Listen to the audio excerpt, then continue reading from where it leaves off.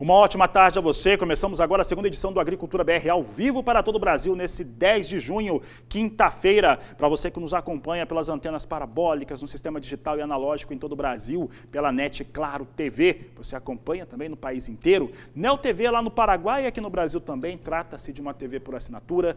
No portal sba1.com, o portal do agronegócio, das notícias e informações e o compromisso com o produtor rural brasileiro. Pela página do Facebook do Canal do Boi, as dezenas de páginas que levam o nosso programa e também pela TV Imaculada, que a partir deste momento está linkada no Agricultura BR, levando o nosso programa em sinal aberto em todo o estado de Mato Grosso do Sul. Sejam todos bem-vindos. Faço agora o nosso editorial com alguns dos temas que serão tratados no programa de hoje. Olha só, finalmente a Conab caiu em si e revisa os seus dados de produção. Essa revisão nos dados de produção trouxe uma estimativa mais baixa para a produção geral de grãos aqui no Brasil. Aonde que ela se deu? Ela se deu exatamente naquele ponto mais frágil, onde que nós estamos dizendo que estava bastante prejudicado. Milho trouxe a sua estimativa agora para 96 milhões e 400 mil toneladas do cereal, o que é dentro daquilo que a gente está falando na Agricultura BR, com os nossos entrevistados, há pelo menos 90 dias. Ok. Entretanto, a Conab insiste que tem um estoque de passagem entre a 19,20 e a 20,21 na casa de 10 milhões de toneladas e, com isso, manteve a sua estimativa de consumo interno de 72 milhões de toneladas no Brasil e uma exportação de 35 milhões de toneladas. Horas, esse número não bate, você vai ver no programa de hoje por que não. E olha, daqui a pouco, você já sabe, relatório de oferta e demanda do Departamento de Agricultura norte-americano, aqui no Agricultura BR, no Canal do Boi, estimativa é de uma elevação tanto para a produção de soja quanto de milho. Algo normal, já foi até precificado pelo mercado, o mercado ressentia e alguns grupos investidores vendiam suas posições nesta última quarta-feira. Olha como é que deve ficar soja. Produção levemente maior, não é isso tudo não, olha só, vai ficar aí quase 300 mil toneladas acima na estimativa do Wall Street Journal, 120 milhões, 140 mil toneladas. Os estoques norte-americanos de passagem da campanha 21-22, um pouco menor, 3 milhões, 780 mil toneladas, são alguns dos assuntos que nós vamos tratar no Agricultura BR de hoje. Você que é produtor, que é agricultor e pecuarista, fique de olho, porque agora nós vamos conversar a respeito de pecuária, vamos falar de mercado, falar a respeito de abate de fêmeas e também as expectativas em relação a travamento de negócios para a pecuária do Brasil. Para falar a respeito deste assunto, nós vamos conversar com o Leandro Bovo, da Radar Investimentos, que já está conosco aqui pela internet, está no telão aqui comigo. Bovo, obrigado pela participação aqui no programa, mais uma vez, no Agricultura BR. Nesta semana nós tivemos o relatório trimestral do IBGE, eu quero falar um pouco a respeito disso, e nós tivemos ali a clara noção de que está se tentando manter um pouco mais as fêmeas no país, com uma redução de abates, mas aqui na nossa impressão, uma redução de abates, porque não tem gado pronto. Como é que você avalia esse momento e principalmente os abates aqui no Brasil? Boa tarde, seja bem-vindo.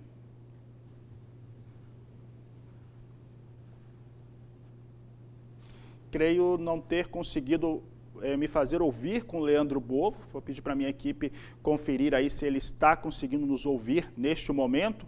Bovo, se você estiver ouvindo, você pode fazer uma sinalização. Estamos com o Leandro Bovo agora, vamos ver se a gente tem ele aqui conosco. Bovo, boa tarde, seja bem-vindo. Você está me ouvindo? Bom, o Leandro Bovo ainda não tem condições de conversar conosco, daqui a pouco a gente fala com ele a respeito do mercado do boi gordo. Então você que é pecuarista, fica atento, fica com a gente que já vamos falar de contratos, de posições e também, claro, de abates de bovinos aqui no Brasil. Você acompanha comigo agora, então, informações a respeito dos números que já foram apresentados no dia de hoje. Bom, entre os números apresentados pela Conab, pela estatal brasileira, nós tivemos as estimativas em relação às exportações de soja e o quadro de oferta e demanda de soja que foi apresentado de uma forma separada nesse relatório no levantamento da Companhia Nacional de Abastecimento. Você vai acompanhar comigo que houve um acerto técnico em relação às exportações. Produção brasileira estimada em 135.850.000 toneladas de soja. Consumo estimado em 50.240.000 toneladas da oleaginosa. Essa é a estimativa de consumo interno no Brasil, consumo ficando ali 200.000 toneladas abaixo daquilo que estava sendo estimado no 8º levantamento. As exportações, um acerto técnico aí de 700.000 toneladas, 86.650.000 toneladas de soja devem ser exportadas. Esse acerto técnico, de acordo com a Conab, ele ocorreu por conta do forte volume exportado nos primeiros 5 meses desse ano. Então, a Conab faz um acerto, vai enxergando que tem margem para embarcar mais soja aqui no Brasil. Chama atenção também o estoque final aqui na estimativa de Conab em 3.140.000 toneladas. Olha, nas últimas safras, principalmente a 19 e 20, o estoque de passagem encerrou em zero, né? Era pó de soja, podemos dizer isso, né? Se varreu armazéns para se conseguir ter alguma soja estocada no Brasil. Está apostando em 3.140.000 toneladas, mas vamos deixar o tempo, né? E conferindo aí nos próximos meses o que deve ficar de soja estocada no Brasil, mas as estimativas para estoques brasileiros são sempre bem baixas. 3 milhões seria um número bastante alto para a média do Brasil.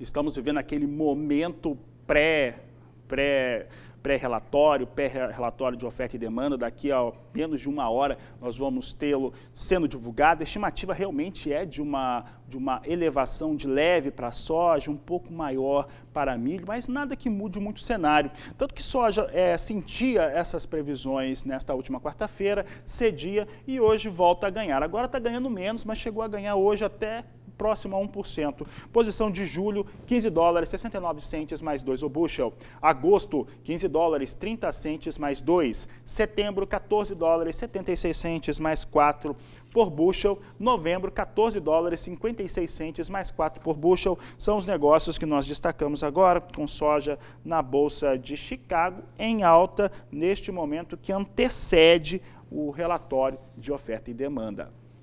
Vamos trazendo agora o dólar, moeda norte-americana, aqui no Agricultura BR. Você tem na tela comigo a cotação de momento, dólar agora já em 5,7, né, por conta dos ganhos desta última quarta-feira. E nesse momento vem estável. Uma ligeira alta, né, viés de alta, podemos dizer assim, estabilidade com o viés de alta de 0,06% a R$ 5,07 mais 2 para a moeda norte-americana. Dólar, que é a grande questão. Daqui a pouco eu vou conversar com o Leandro Bovo, está se preparando, o pessoal está checando lá como é que dá para ele ouvir a gente melhor, mas nós vamos perguntar como que isso afeta, claro, as exportações de carne bovina, e depois com o analista do Rabobank vamos também conversar sobre como que isso tem afetado o café aqui no Brasil na formação de preço. Aí o dólar tem muita pressão sobre café, e o Walter Pulga, que vai entrar agora com a gente, sabe disso muito bem, é o nosso especialista de mercado de café aqui do Agricultura BR, do canal do Boi.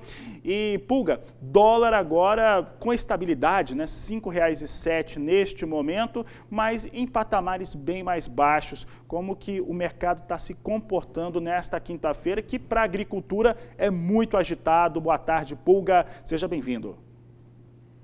Boa tarde a você, boa tarde a todos. Olha, Fabiana, essa reação no mercado de dólar, ela ocorre, é natural, mas ela não muda a perspectiva dos analistas de que haverá uma tendência de baixa para o dólar frente ao real. Primeiro porque a inflação nos Estados Unidos sobe acentuadamente.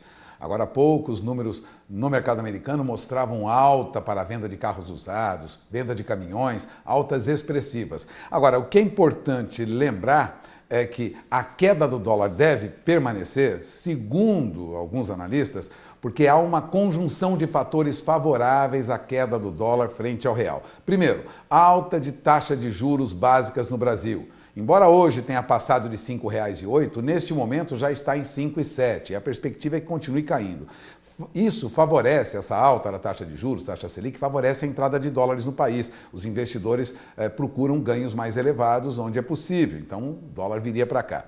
Também o clima das últimas semanas é de maior otimismo, há um crescimento na economia brasileira. Isso está sendo muito divulgado pela mídia nacional e internacional. Mais do que isso, há uma melhoria na arrecadação do governo e a perspectiva de que a dívida pública possa fechar em patamar mais baixo do que o previsto, apesar de que ainda há o risco fiscal no país, isso não saiu do radar. Mais do que isso, há recursos em sobra no mundo. Portanto, como diz Nathan Blanche, que é sócio da Tendência Consultorias, o resultado disso é uma enxurrada de dólares, de euros e de yuans, dinheiro chinês, no mundo. Isso tende a trazer o dólar continuamente para baixo. É o que se espera aí daqui para frente. Portanto, o que nós temos é commodities em alta, vendas boas do Brasil, juros subindo, mais do que isso, dinheiro sobrando no mercado internacional. Ora, a tendência é de que o dólar venha mesmo agora. A perspectiva está mais clara, abaixo de R$ 5,00 logo mais. É o que os analistas esperam diante do que ocorre no mundo neste momento. Agora, o dólar está perto de 5,07, mas a perspectiva é de que venha abaixo de 5. Isso pode ocorrer ainda este mês, segundo analistas de mercado. Essa enxurrada de dólares deve acontecer rapidamente. Fora isso, aqueles dólares que estavam parados lá fora de exportadores brasileiros começa a entrar no Brasil. Isso ajuda e muito. Então a perspectiva é de que haja uma melhora. Fora isso, há um movimento no mercado financeiro internacional, com as bolsas em alta, embora a nossa bolsa esteja patinando um pouquinho ali nos 129 mil pontos. Mas a expectativa é boa lá fora e isso tudo contribui para uma valorização do real, pelo menos no curto prazo. É o que se espera, é esperar para conferir agora, não? É com você. Obrigado, Pulga. Uma boa tarde a você. Por aqui eu mostro rapidamente como é que vem os negócios com soja nos portos brasileiros. Nós temos aqui referência para Paranaguá e Santos, para entrega em junho ainda. Santos com referência R$ 171,00 a saca e Paranaguá R$ 170,00 a saca, de acordo com a Granos Corretora. E agora sim nós vamos conversar com o Leandro Bovo, da Radar Investimentos. O assunto é pecuária, o assunto é boi gordo, o assunto é abate e como que vem as comercializações no Brasil. Bovo, obrigado por estar conosco mais uma vez aqui no Agricultura BR, no canal do Boi. Nesta semana nós tivemos a apresentação de números do abate trimestral do IBGE e nos chamou a atenção a redução nos abates, e aqui no nosso entendimento isso ocorre por conta da pouca oferta de gado e também essa redução de fêmeas. Como é que você avalia esse começo de ano, primeiro trimestre, e o que você espera em relação a esses abates para 2021 ainda? Bovo, boa tarde, seja bem-vindo. Boa tarde, muito obrigado pela participação aqui, é sempre um prazer participar com vocês. Na verdade, a redução dos abates não é necessariamente, não chama muita atenção, porque já era esperado. A gente já vinha esperando essa diminuição dos abates do ano passado, esse ano mais restrito ainda, e a diminuição do abate de fêmea é maior ainda e tende a continuar assim, porque a gente vai entrar num movimento agora de recompor o rebanho, que diminuiu bastante, e para recompor o rebanho a gente tem que aumentar a fábrica de bezerro, para aumentar a fábrica de bezerro a gente tem que reter fêmea, Então a típica fase de alta do ciclo pecuário, e a gente vai continuar nesse ritmo. Eu acho que a redução dos abates tende a aumentar no segundo semestre desse ano. Uma forma, Leandro, também do pecuarista de combater o custo de reposição, que está muito alto ainda. Uma outra questão que nós temos observado e influencia diretamente todos os outros produtos aqui do Brasil que são exportados, como café, como soja, e até mesmo a formação do preço do milho, é o dólar. O dólar agora ele sai daquele patamar que nós estávamos acostumados a ver e vem para patamares mais baixos. Há pouco nós estávamos trazendo cotação aqui a R$ 5,07, R$ 5,08 para a moeda norte-americana. Em relação às exportações brasileiras, neste momento, nós estamos vindo com volumes muito bons, algumas vezes recorde, com exceção da última semana, que o volume talvez tenha sido na média diária um pouco mais fraco, mas com números muito bons nos embarques de carne bovina. O dólar, nessa mudança que ele tem, até uma tendência de ficar mais baixo no segundo semestre, influencia exportações de carne bovina e, desse modo, a cadeia produtiva aqui no Brasil? Então, a gente precisa olhar o dólar dentro de um contexto um pouco mais amplo, né? A gente tinha o dólar, se você imaginar, em janeiro de 2020, a gente tinha o dólar a R$ 4 e a gente acabou atingindo aí as máximas aí de 5,80, 5,85, num movimento enorme de aversão a risco, né? O real foi dentre os emergentes a moeda que, uma das moedas relevantes, né? Se a gente considerar outros países como a Argentina, Venezuela ou a própria Turquia, a gente não performou pior que eles, mas tirando esses países, o real foi a moeda que mais apanhou, que mais perdeu valor ao longo de 2020 e 2021 até agora há pouco, né? Então, na verdade, esse dólar de 5 ainda é um dólar bastante atrativo para as exportações, né? Óbvio que para as exportações era muito melhor 5,50, 5,60, mas não dá para falar que está ruim. Essa queda do dólar, ela tira um pouco da atratividade das exportações brasileiras, deixa a nossa carne um pouco mais cara no mercado internacional, mas eu acho que isso aí atua muito mais no sentido de limitar valorizações mais fortes da arroba do que de fazer a arroba cair, né? Porque a gente tem uma situação de baixa oferta, essa situação deve perdurar e até se intensificar ao longo da entre-safra, né? Todo mundo está vendo a seca e o custo da alimentação enorme que a gente está enfrentando, no caso de bovinos, né? Então a oferta é pouca, com $1 a 5,50 ou com $1 a 5, a gente ainda continua sendo o mercado que tem maior volume exportável no mundo, né?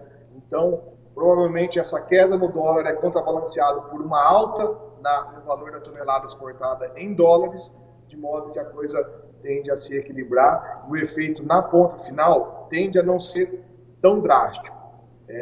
Obviamente que não dá para falar que não tem efeito, isso tem um efeito, mas acho que é um efeito muito mais marginal do que um efeito decisivo em relação aos preços internos. Isso considerando esse patamar de dólar que a gente está agora, né? Se a gente começar a migrar para uma valorização maior do real, tipo o dólar vier abaixo de 5, 4,90, 4,80, aí começa a incomodar um pouco mais. Mas, por enquanto, ainda é um patamar que eu considero relativamente confortável do dólar para as exportações.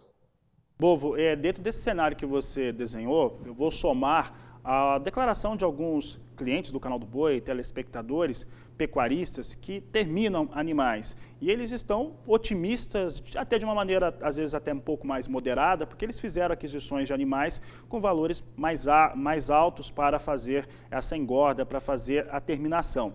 Entretanto, estão muito otimistas com a comercialização dos animais prontos. Para o produtor, para o pecuarista, de certo modo, se proteger um pouco das possíveis oscilações e até mesmo, né, que se acontecer de um dólar cair um pouco mais do que está na expectativa, quais seriam, no seu entendimento, as ações que ele poderia ter para evitar ganhos menores ou algum tipo de perda, mas principalmente para garantir os seus ganhos dentro das suas travas, nas margens que ele está enxergando que pode ter? Um acontecimento muito feliz que a gente teve esse ano no mercado futuro foi justamente a entre-safra ter subido bastante e está com um ágio bem relevante com relação à safra no mercado futuro. Hoje o outubro caiu um pouco, está ao redor de 330, mas até 10 dias atrás, 2 semanas atrás, a gente tinha outubro em 345, 347, chegou a bater na máxima, né? Que era um ágio bastante grande, de mais de R$30 do que estava a arroba no mercado físico, né? Então, eu acho que o que dá para o produtor fazer é justamente aproveitar essas altas fortes que às vezes o mercado futuro tem e fixar o preço da sua produção, né? Seja no mercado futuro direto, ou seja via termo com os frigoríficos, mas quando o mercado futuro dá oportunidade desse tipo de remunerar esse custo de produção tão mais alto que a gente está tendo, seja por causa do boi magro, seja por causa da alimentação, é bom aproveitar essas oportunidades e pelo menos diminuir um pouco o risco da produção, né? Bovo, eu agradeço a sua participação aqui no Agricultura BR, no canal do Boi. Obrigado, é sempre um prazer falar com vocês. Uma boa tarde, conversamos com Leandro Bovo, da Radar Investimentos, sobre mercado da pecuária. E nós vamos para o intervalo comercial. Daqui a pouco nós vamos falar de milho, vamos falar do levantamento da Conab, porque que a gente considera ali que tem algo ainda para acertar. E vamos trazer também uma entrevista ao vivo aqui nos nossos estúdios com o superintendente do Banco do Brasil no estado de Mato Grosso do Sul. Nós vamos para o intervalo e voltamos já. E o assunto agora no Agricultura BR é o balanço da utilização dos recursos do Plano Agrícola Pecuário da campanha 2020-2021 no estado do Mato Grosso do Sul. Para falar a respeito deste assunto, eu recebo aqui em nossos estúdios o superintendente do BB no estado, Marcel Figueiredo, nosso convidado. Marcel, prazer tê-lo mais uma vez aqui no Agricultura BR. E foi um ano de excelentes resultados, um ano safra de excelentes resultados para o agronegócio brasileiro e do Mato Grosso do Sul, com crescimentos evidentes em diversas culturas e também na pecuária. Qual que é, primeiramente, o balanço que você faz da atuação do banco para esse sucesso que nós tivemos nesta campanha? Boa tarde, seja bem-vindo. Boa tarde, Fabiano. Prazer aqui estar novamente com você, né? Bacana demais poder falar com o pessoal. Realmente você colocou, né, que nós tivemos estamos finalizando um ano safra aí emblemático, né? Eu acho que a gente tem que comemorar muito aí pela questão da produtividade, aumento de produção, enfim, vários recordes batidos. Eu acho que o agronegócio como um todo, né, eu acho que ele foi responsável, principalmente no país, no Mato Grosso do Sul, aí, pelo PIB, aí, pelo avanço do PIB no ano anterior, nesse ano também, né, evidencia isso. O ponto que eu acho que o banco realmente é um grande protagonista nesse cenário, então a gente está prestes a finalizar esse ano safra. O nosso presidente, inclusive, né, colocou isso aí recentemente, com recorde aí também na aplicação de recursos. Em nível nacional, a gente chegou aí à marca de 100 bilhões na aplicação desse último ano safra, com uma carteira de 200 bi, né? Isso evidencia um crescimento, e aí quando a gente traz aqui para a visão do Mato Grosso do Sul, algo em torno de 20%, né, com relação ao mesmo período, ao ano safra anterior, tá?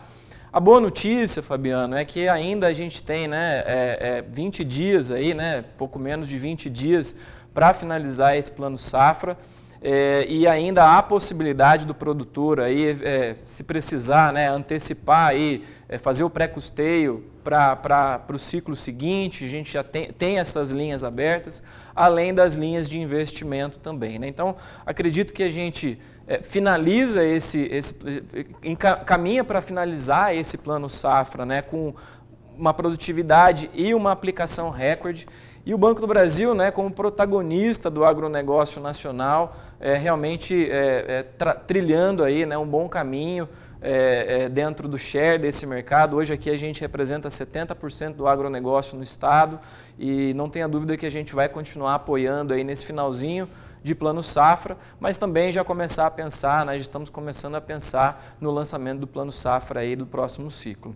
Esses números ainda estão sendo confirmados de recursos gerais pelo Ministério da Agricultura, pelo governo federal. Em relação a seguro agrícola aplicado na campanha 2021, até porque neste momento, tecnicamente, se discute muito o zoneamento, novas regras. Como é que foi a aquisição desses seguros que, nos números gerais, tem crescido no país? O seguro agrícola, a gente vê a importância dele, né, principalmente quando a gente vê aí, né, alguma perspectiva de queda de produtividade em função do safrinha. Eu estava vendo a reportagem aí, então é importante. Agora, o que a gente observa, Fabiano, é que realmente a conscientização do produtor, né, a respeito da importância do seguro, ela aumentou consideravelmente. Então, isso vem, né, aumentando também o nível de contratação e gera realmente uma segurança, né, para o produtor. Então, a hora que ele coloca na conta, né, todo o seu custo de produção, a gente observa, e a nossa consultoria vai nessa linha, de também, né, orientar para colocar lá o custo do seguro, porque realmente é uma proteção de preço. O cuidado que o produtor precisa tomar, né, principalmente no caso de plantar dentro do zoneamento, né, do período de plantio adequado, para que a seguradora faça a cobertura. Mas isso também a gente coloca nas nossas orientações aí para os nossos clientes e a gente observa que eles têm feito dessa forma. E aí, eventualmente, quando precisa, né, aí obrigatoriamente ele pode acionar. E é claro que o técnico vai avaliar toda essa questão da produtividade, da quebra eventual, mas para poder fazer essa cobertura e dar essa tranquilidade para o produtor, né? Acho que esse é o ponto importante, né, para que ele possa produzir, mas que também tenha tranquilidade aí, que ele não vai ter perda financeira em função dessa produção. Marcel, há alguns dias, algumas semanas, nós trazíamos aqui ao vivo, direto da agência, uma entrevista ao vivo contigo, né, o nosso repórter estava lá, falava sobre o circuito virtual que tem ocorrido, que vai encerrar inclusive amanhã, mas as ações dele continuam junto ao produtor rural. Como é que ele funciona? Como é que funciona essa iniciativa aqui no estado? Bacana. A gente está agora finalizando a segunda etapa do que a gente chama do Circuito Virtual Agro do Banco do Brasil. O que é isso, Fabiano?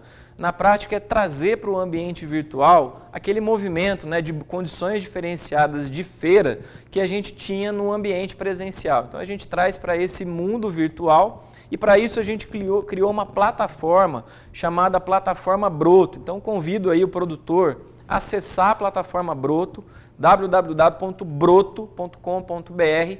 Lá ele vai encontrar ainda, né, até amanhã, todas as condições diferenciadas do nosso circuito virtual agro.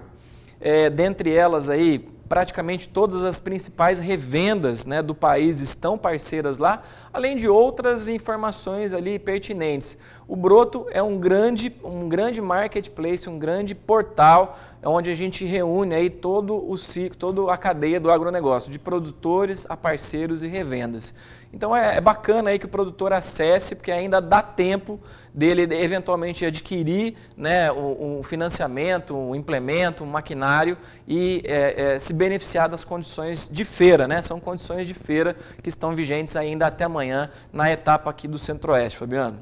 Tá certo, grande oportunidade para o produtor. Marcel Figueiredo, obrigado pela participação aqui no Agricultura BR mais uma vez. Eu que agradeço mais uma vez, um grande abraço a todos, para você também, cara. Obrigado, viu? Grande abraço, Marcel. Olha, daqui a pouco no Agricultura BR nós vamos trazer o nosso editorial sobre a produção de milho no Brasil e vamos também trazer entrevista ao vivo sobre o mercado do café com o analista do Rabobank que participa conosco no próximo bloco.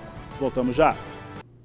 O assunto agora é café no Agricultura BR e para falar a respeito do cenário internacional e também regional aqui no Brasil, nós vamos conversar ao vivo pela internet com o analista do Rabobank, Guilherme Moria, que participa conosco ao vivo aqui no Agricultura BR. Guilherme, obrigado pela sua participação mais uma vez por aqui. Nós estamos vendo muitas mudanças em relação ao café ou situações que impactam diretamente o mercado do café. E eu gostaria de te perguntar sobre a sua visão neste momento com um cenário internacional diferente.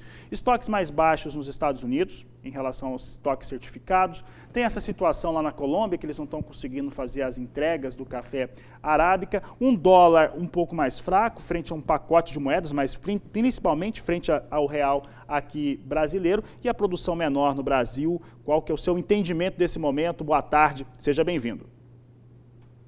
Boa tarde, Fabiano. Boa tarde a todos. Então, realmente o mercado de café está muito volátil, principalmente nos últimos meses, nas últimas semanas, né? Então a gente observou que o preço do café ele deu um salto, né, principalmente considerando o último mês, e tudo isso ele tem algumas razões para estar acontecendo, né, Fabiano? Então a gente pode identificar que ao mesmo tempo que a gente já vem observando, já vinha olhando mais de perto que a produção do Brasil, né, essa safra que a gente acabou de começar de colher, ela vem menor realmente, né? Paralelo a isso, a gente tem problemas em algumas regiões relevantes de produção. E aí você mesmo ilustrou a Colômbia, que até um tempo atrás esse problema estava completamente fora do radar do mercado, e de repente a gente começa a observar aí uma queda expressiva nas exportações, né? A Federação de Cafeteiros da Colômbia já anunciou que teve uma queda em relação ao mês passado de 52%, enfim, uma exportação próxima de 425 mil sacas, né? E a gente não pode esquecer que a Colômbia, dentro do contexto das exportações globais, representa quase 10% do mercado. Paralelo a isso, o mercado também já começa a observar o próximo ciclo do Brasil, né? A próxima colheita, que em teoria será maior, bem maior, dada a bienalidade positiva. E esses problemas climáticos, né, de falta de chuva e volta a chuva, acaba sim gerando uma volatilidade um pouco maior no momento que a gente vem observando aí que a demanda ela vem se recuperando, né, Fabiano? Demanda recuperando e principalmente com o consumo de café fora, né, das casas, das residências. Guilherme, agora pensando no café e principalmente essa relação café Nova York, café arábica e o dólar aqui no Brasil. Nós sabemos, e o produtor rural sabe disso muito bem, existe ali um balanceamento em relação a esses fatores e nestas 2 últimas semanas essa situação acabou tendo um peso maior. O produtor, inclusive o cafeicultor, negociando ainda de uma maneira mais lenta o café. Como que você avalia esse momento e o cafeicultor está negociando de uma maneira correta, que ele está preocupado também com o seu resultado de campo, né, que foi prejudicado por esses fatores climáticos que você citou. Exatamente, Fabiano. Quando a gente olha um pouco essa comercialização dessa atual safra, o produtor ele tem 2 situações que ele observa bastante. Acho que o primeiro é ele não ter a certeza absoluta do que vai realmente produzir esse ano, né? 2 meses atrás a gente estava com um cenário bem pessimista, agora começou a colheita, começa a vir algumas verdades, né? Algumas regiões começam a aparecer um pouco mais de café, outras sumir um pouco mais de café, né? E no momento aí que você mesmo pontuou que o câmbio, né, o real, ele valoriza, o que acaba, querendo ou não, segurando um pouco as cotações internacionais. Mas essa recente queda que a gente viu nos preços, eu acredito que ele está mais em virtude dos fundamentos do que propriamente essa apreciação do real. Então, o produtor ele tem essa expectativa que o preço possa subir mais, dado que ele está vendo no campo, né, o resultado que ele vai ter no campo, que é um resultado bem menor do que ele estava projetando no começo da safra e também o que ele estava aguardando, mas também essa expectativa de não ter certeza o quanto que vai colher, né, Fabiano? Então, no final, ele vai cadenciando um pouco mais essa comercialização, numa expectativa de melhora de preços mais para frente e também para ter uma certeza aí do que realmente ele vai colher. Para encerrar nossa entrevista, os negócios, então, devem seguir aqui no mercado interno brasileiro de maneira pontual? Acredito que sim, Fabiano. Até porque a gente está vendo aí que a colheita mal começou, eu acho que a gente vai começar a ter uma clareza um pouco maior do que será colhido aí nos próximos meses, né, principalmente junho, julho, que realmente a gente vai entender um pouco melhor o quanto de grão xoxo está sendo colhido, qual que é o rendimento, né, ou seja, quantos litros de cereja serão necessários para fazer uma saca beneficiada. Então, todas essas informações elas começam a ficar mais esclarecidas aí ao longo das próximas semanas. E aí, nesse contexto, provavelmente a gente vai ter aí algumas negociações mais pontuais do que em massa, né? Tá certo, Guilherme. Eu agradeço a sua participação aqui no Agricultura BR, no canal do Boi. Uma boa tarde a você, um grande abraço. Boa tarde a todos e um grande abraço também. Conversamos com o Guilherme Moria, analista do Rabobank, mercado de café, sempre em destaque aqui no Agricultura BR. E já que o assunto é mercado de café, vamos dar uma olhada como é que vem Nova York agora, hoje com recuperação, subindo 1,30 pontos nas posições de curto prazo. Julho, $1,58 mais 50 libra-peso. Setembro, $1,60 mais 60. Dezembro, $1,63 mais 50. E março, $1,66 mais 10 por libra-peso.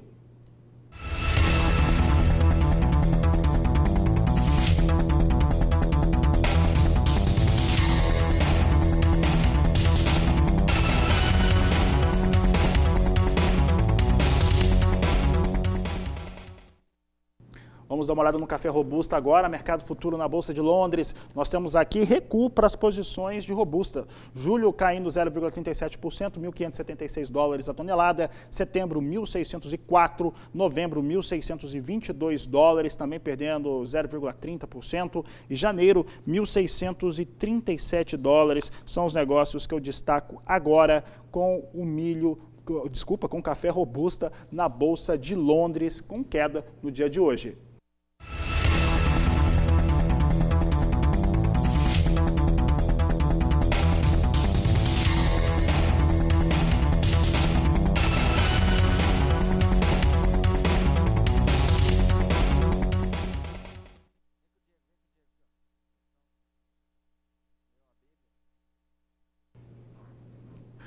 E o Agricultura BR destaca agora as condições climáticas para a produção de milho. Olha, o Centro-Sul, de certo modo, foi muito afetado. Claro que Mato Grosso e Goiás talvez não tenham ressentido tanto, mas os demais estados, principalmente Paraná e Mato Grosso do Sul, o impacto foi muito grande. Mas o estado de São Paulo também teve esses impactos da estiagem, e é o que você vai conferir agora na reportagem de Gustavo D'Angelo.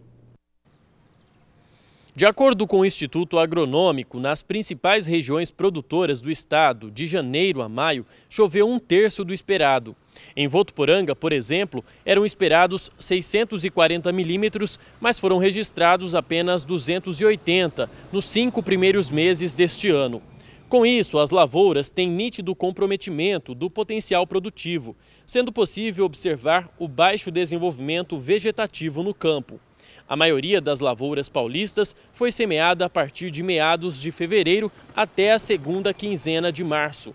No momento do plantio, a umidade do solo era adequada, mas no início de abril as chuvas já foram mais escassas e a deficiência hídrica acentuou ainda mais em maio, quando houve muitos dias sem chuvas. Esse longo período de déficit hídrico comprometeu a produtividade do milho safrinha, que deve cair na maioria das regiões produtoras. As chuvas ocorridas nos últimos dias trouxeram alívio, mas, segundo especialistas, não serão suficientes para reverter a situação.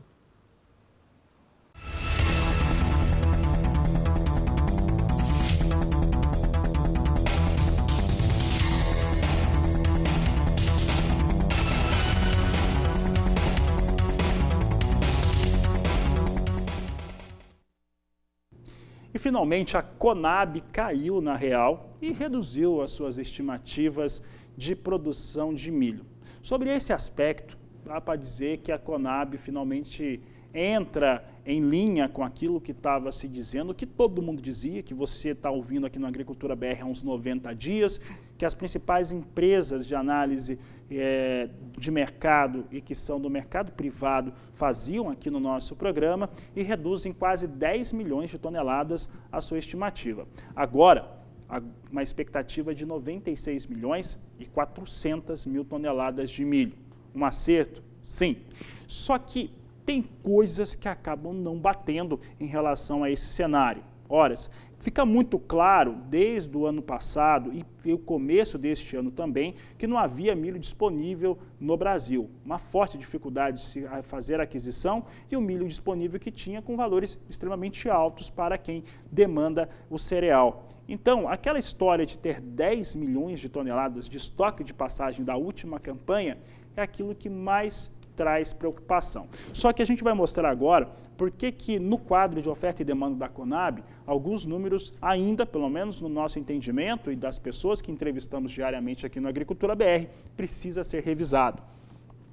Primeiro item e o mais polêmico, estoque inicial da safra 2021 em 10 milhões e 600 mil toneladas. Não acreditamos neste número ainda de acordo com o que nós temos visto no mercado e também de acordo com os índices das outras empresas, principalmente as empresas privadas que mostram um cenário diferente.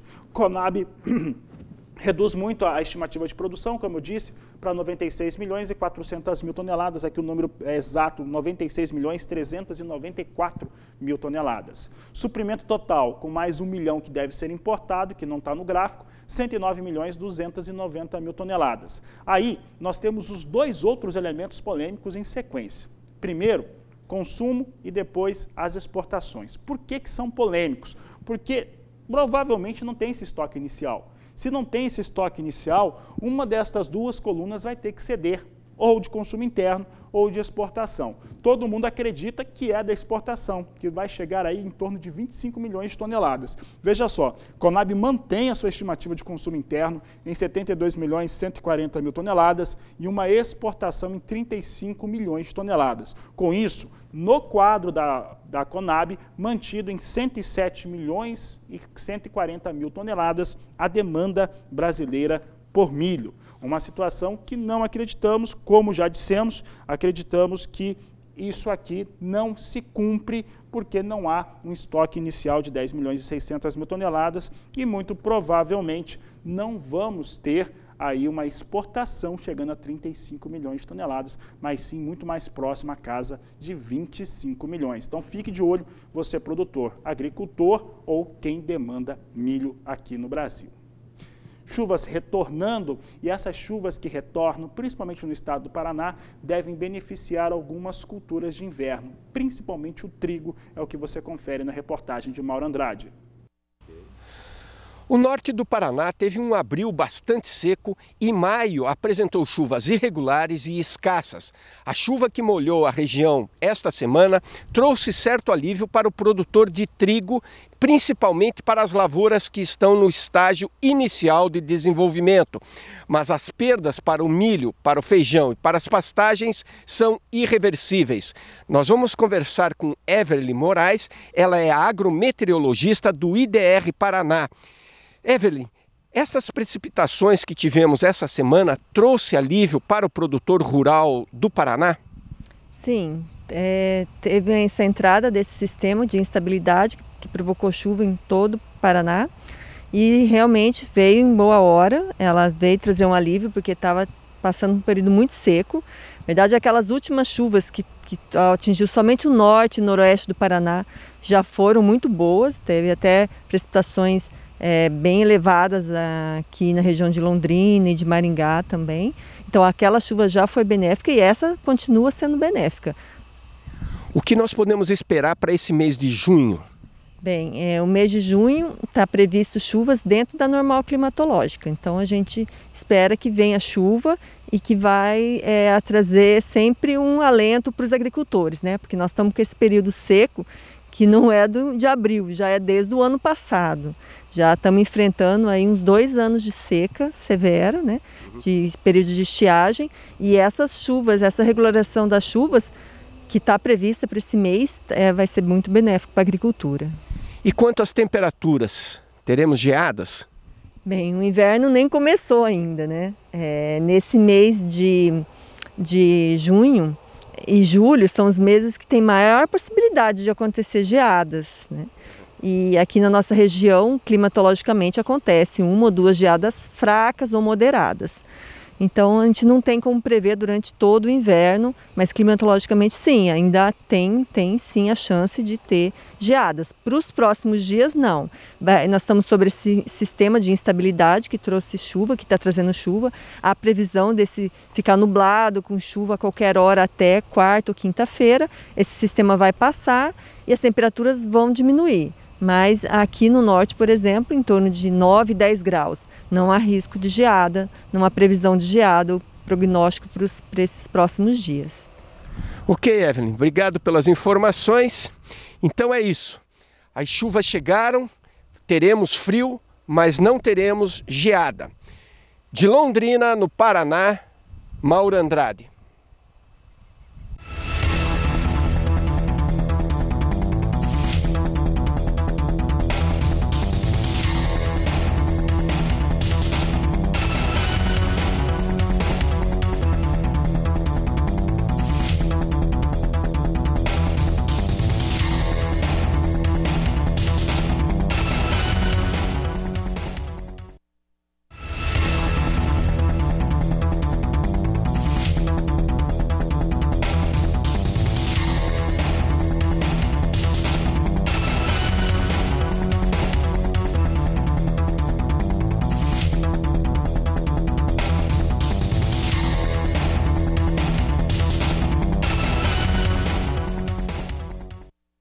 A seguir no Agricultura BR, você confere os números do relatório de oferta e demanda do Departamento de Agricultura norte-americano. Eu volto já. E o relatório de oferta e demanda do Departamento de Agricultura dos Estados Unidos foi divulgado agora há pouco, 13 horas, no horário de Brasília. E sabe quais alterações ele trouxe? Vou te falar onde que eu vi, acabei de dar uma olhada geral no relatório, olhei os números. Olha só, a primeira coisa, em relação a milho, por exemplo, trouxe a produção brasileira para pouco mais de 98 milhões de toneladas na campanha 2021. Em relação aos dados que o mercado acabou trabalhando o tempo todo, se trabalhou com estimativas fortes, olha o que está escrito na tela aí. Não tem alteração nenhuma. Em relação à soja e milho nos Estados Unidos, que se estimava uma produção um pouco maior em relação às duas culturas, nenhuma mudança. É o que eu vou mostrar agora e foi precificado nesta semana, né, principalmente nessa quarta-feira, o cenário no qual nós teríamos uma produção de soja um pouco maior e de milho também, e com isso o mercado recuava na Bolsa de Chicago. Essas estimativas que foram feitas juntos aos principais analistas de mercado nos Estados Unidos, pelo Wall Street Journal, acabou trazendo essa expectativa porque no campo teve aquela aceleração no cultivo. Mas as condições climáticas de campo nas áreas de produção não são realmente nada boas. Veja comigo agora como é que ficou o quadro de soja. Rapidamente, olha só. 119.880.000 toneladas de produção, 56.470.000 na exportação, 63.810.000 no consumo interno geral nos Estados Unidos. O que mudou? Rigorosamente nada. Vamos ver então como que nós temos agora o mercado reagindo. Mercado, portanto, Bolsa de Chicago, você acompanha comigo agora os números para a soja. Nós temos aqui posições mais próxima à estabilidade aqui nas posições, com julho a 15 dólares 61 centes o bushel, agosto 15 dólares 23 centes mais 4 por bushel, setembro 14 dólares 71 centes mais 4, novembro 14 dólares 52 centes mais 6 por bushel, são os negócios que nós trazemos agora com soja em Chicago. Dá para dizer que não é frustrante, porque a confirmação poderia trazer o mercado mais uma vez para um movimento de queda. Entretanto, tudo aquilo que se esperava de alteração nesse relatório não ocorreu. Mais informações sobre os números da Conab e do Departamento de Agricultura norte-americano divulgados hoje, você vai ter na terceira edição do Agricultura BR, às 16 horas, hoje lá no Agro Canal, e eu participo também hoje com o Jorge Zaidan, no programa Mais Pecuária, lá no finalzinho da tarde. A todos um excelente dia, uma boa tarde e até mais!